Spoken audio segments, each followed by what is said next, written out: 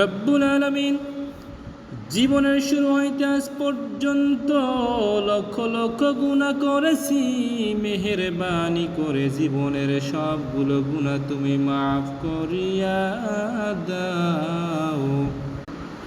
রব্বুল আলামিন জীবনে এমন কোনো গুনাহ নাই করি নাই, জীবনে অসংখ্যবার গুনাহ করেছি রে মালিক। আমাদের গুনার দিকে তাকাইলে গুনাহ মাফ করার ইচ্ছা হবে না।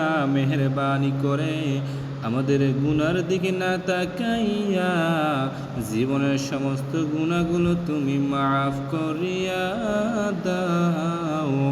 রব্বুল আলামিন জীবনের কানের মধ্যে অসংখ্যবার আজান পড়েছে, কিন্তু তোমার ঘর মসজিদে নামাজের জন্য আসি নাই মাবুদ গো। মেহেরবানি করে নামাজ দেওয়ার বেয়াদবিগুলো মাফ করিয়া দাও। তুমি যদি মাফ না করে দাও তাহলে আমাদেরকে কেউ মাফ করতে পারবে না।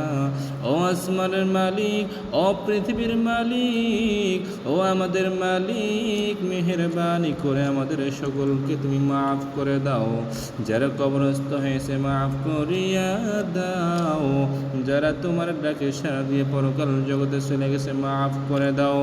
ও মাবুদ, মেহেরবানি করে যাদের পিতামাতা দুনিয়ার জমিনে বেঁচে আছে, মেহেরবানি করে তাদের সকলের খেদমত করার মতো তৌফিক দিয়া দাও। যাদের আব্বা মা দুনিয়ার মায়া ছেড়ে সেই পরকাল জগতে চলে গেছে মালিক, মেহেরবানি করে তাদের কবরে আজকের সওয়াবের হাদিয়া পৌঁছাইয়া দাও। রব্বুল আলামিন মেহেরবানি করে আমাদের প্রত্যেককে ইসলামের খাদিম বানাইয়া দাও। আমাদের সকলকে 5 ওয়াক্ত নামাজ মসজিদে এসে জামাতের সাথে আদায় করার মতো তৌফিক এনায়েত করে দাও।